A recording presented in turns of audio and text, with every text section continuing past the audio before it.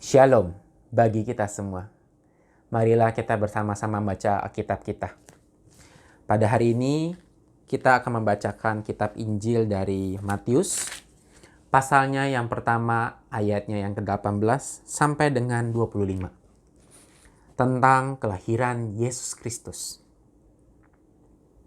Pasalnya yang pertama, ayatnya yang ke-18 sampai dengan 25. Kelahiran Yesus Kristus adalah seperti berikut. Pada waktu Maria, ibunya, bertunangan dengan Yusuf, ternyata ia mengandung dari Roh Kudus sebelum mereka hidup bersama sebagai suami istri. Karena Yusuf suaminya seorang yang tulus hati dan tidak mau mencemarkan nama baik istrinya di muka umum, ia bermaksud menceraikannya dengan diam-diam. Tetapi ketika ia mempertimbangkan maksud itu, malaikat Tuhan nampak kepadanya dalam mimpi dan berkata, "Yusuf, anak Daud, janganlah engkau takut mengambil Maria sebagai istrimu. Sebab anak yang di dalam kandungannya adalah dari Roh Kudus. Ia akan melahirkan anak laki-laki dan engkau akan menamakan dia Yesus. Karena dialah yang akan menyelamatkan umatnya dari dosa mereka." Hal itu terjadi supaya genaplah yang difirmankan Tuhan oleh Nabi. Sesungguhnya anak darah itu akan mengandung dan melahirkan seorang anak laki-laki dan mereka akan menamakan dia Immanuel, yang berarti Allah menyertai kita. Sesudah bangun dari tidurnya, Yusuf pun berbuat seperti yang diperintahkan malaikat Tuhan itu kepadanya.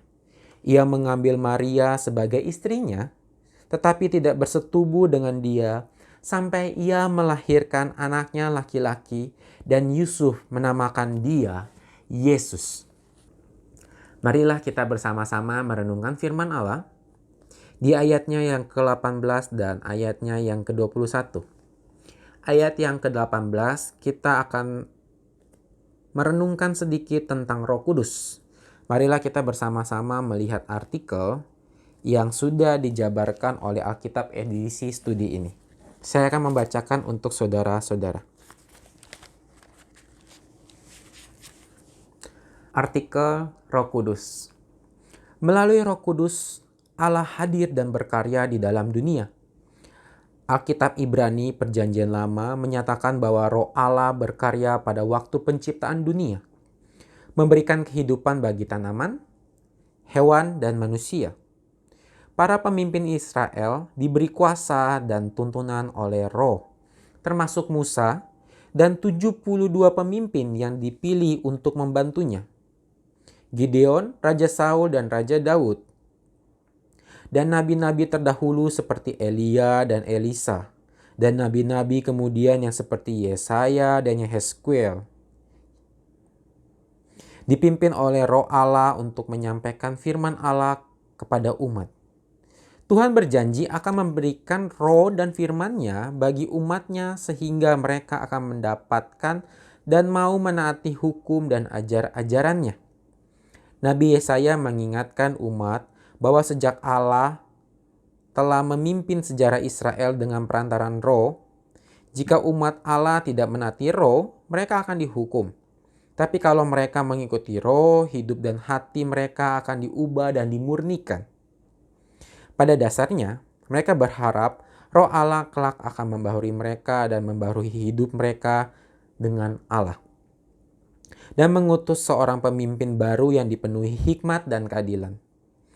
Para penulis Perjanjian Baru melihat Yesus sebagai Dia yang menggenapi nubuat para nabi. Menurut Injil Lukas, seorang malaikat memberitahu Maria bahwa Roh Kudus akan turun ke atasnya dan kuasa Allah akan menaunginya, dan bahwa anaknya, Yesus, akan disebut anak Allah yang kudus. Hubungan Yesus dengan Allah sekali lagi ditegaskan pada waktu ia dibaptis. Ketika turunlah Roh Kudus dalam rupa burung merpati di atasnya, pada permulaan pelayanannya, Yesus pun membaca kitab Yesaya untuk umat yang berhimpun pada hari Sabat dan mengumumkan bahwa Roh Kudus telah turun ke atasnya dan telah memilihnya untuk memberitakan kabar baik kepada orang miskin. Kendati para lawan Yesus menuduhnya kerasukan roh jahat, dia menyatakan bahwa dengan roh Allah, bukan dengan kuasa iblis, ia telah mengusir setan-setan. Penulis Injil Matius juga menyatakan bahwa Yesus adalah hamba Tuhan yang menurut Nabi Yesaya akan dianugerahi roh Allah dan akan membawa keadilan bagi bangsa-bangsa. Di dalam Injil Yohanes, Yesus memberitahukan murid-muridnya bahwa ia akan mengirim Roh Kudus untuk menolong mereka, mengajarkan mereka segala sesuatu dan mengingatkan mereka akan apa yang telah Yesus ajarkan kepada mereka.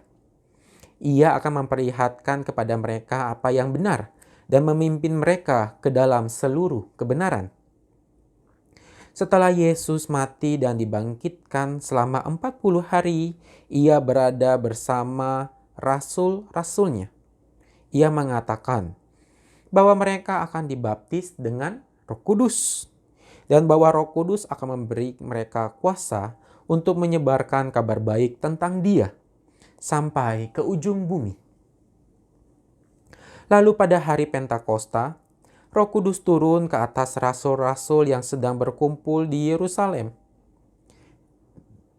Kisah para rasul seterusnya menceritakan bahwa ada banyak jalan yang dipakai Roh Kudus untuk memimpin dan menguatkan para rasul ketika mereka menyebarkan kabar baik tentang Yesus ke negeri dan bangsa lain.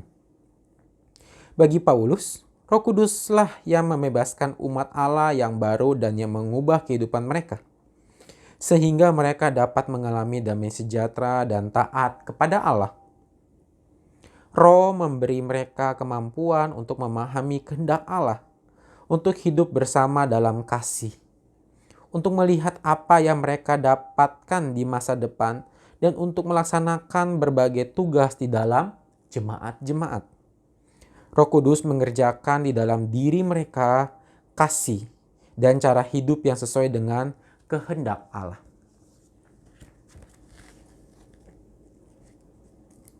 Kita akan lanjutkan di ayatnya yang ke-21. Menamakan dia Yesus, nama yang berasal dari bahasa Ibrani Yeshua. Ini berarti Tuhan menyelamatkan. Marilah kita juga bisa melihat di Lukas 1 ayatnya yang ke-31. Saya akan membacakan untuk saudara. Sesungguhnya engkau akan mengandung dan akan melahirkan seorang anak laki-laki, dan hendaklah engkau menamai dia Yesus. Sekianlah untuk pembacaan Alkitab kita pada hari ini dari kitab Matius pasal 1 ayatnya ke-18 sampai ke dengan 25. Marilah kita bersama-sama akan membacakan kitab Tuhan dari Matius pasalnya yang kedua pada esok hari. Biarlah firman Tuhan yang telah kita baca pada hari ini bisa menguatkan kita dalam kehidupan kita sehari-hari. Tuhan berkati kita semua. Amin.